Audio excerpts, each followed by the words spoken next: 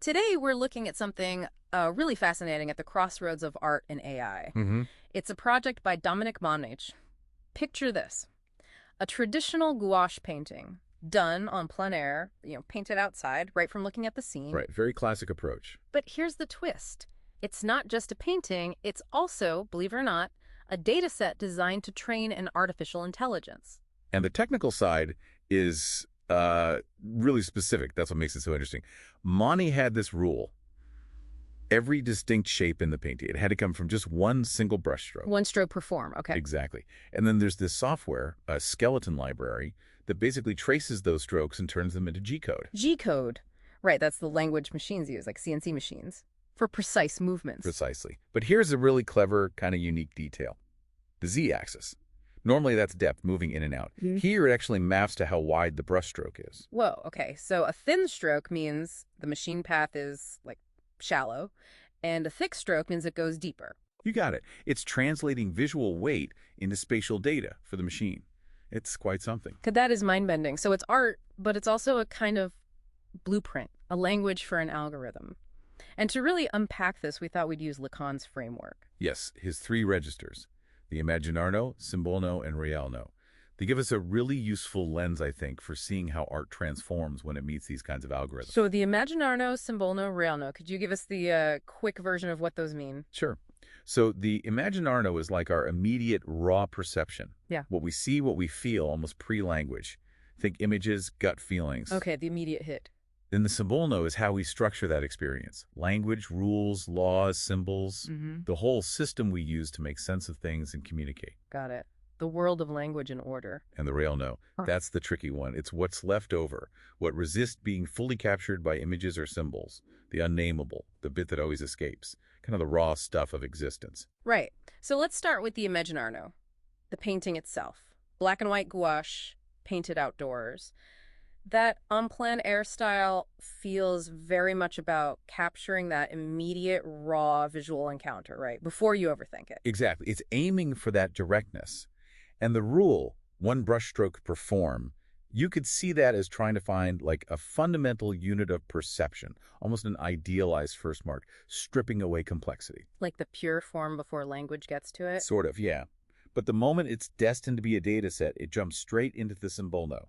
The painting's fate changes its nature. How so? Well, it stops being just an image and starts becoming a collection of signifiers, data points, instructions for the AI. That one brushstroke rule. It's not just artistic anymore.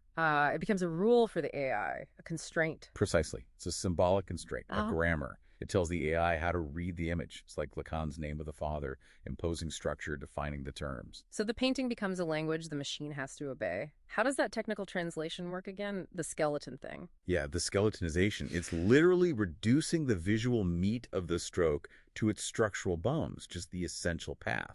Then generating the G-code turns that path into hyper-precise numerical instructions. It's abstracting it. Totally abstracting it. Deep linguistic operations. And that Z-axis mapping to width, that's a powerful act of symbolic translation. It's taking a visual quality thickness and encoding it as a spatial dimension.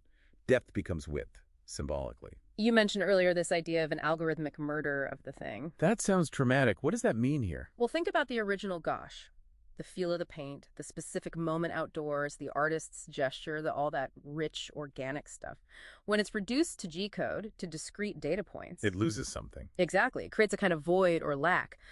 The untranslatable essence of the original artwork gets, murdered in the process of being codified. For the AI, the art isn't the feeling, it's just the symbolic grammar it's been given. Which brings us to what can't be captured. The real Kerno. This is the part that resists being turned into data. That's the idea. The real Kerno is that unrepresentable core of the original art, the bit that slips through the cracks of the symbolic code. It's the hole in the system. The AI might desire perfect replication, but it keeps bumping into objet petit. Objet petit.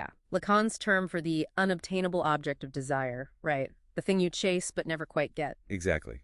It's why AI art can feel similar, but maybe not truly original in the human sense. It's always striving for something based on its input, but it can't grasp the source of that input, the real kernel. And we see glimpses of this when the AI makes mistakes, unexpected outputs. Yeah, those glitches or unexpected variations, you could see them as the real sort of, erupting through this symbolic code. Mm. The machine's unconscious, maybe deviating from its programming. It shows the limits of the code. It's like that uncanny valley effect, when something's is almost human, almost right, but there's just something off.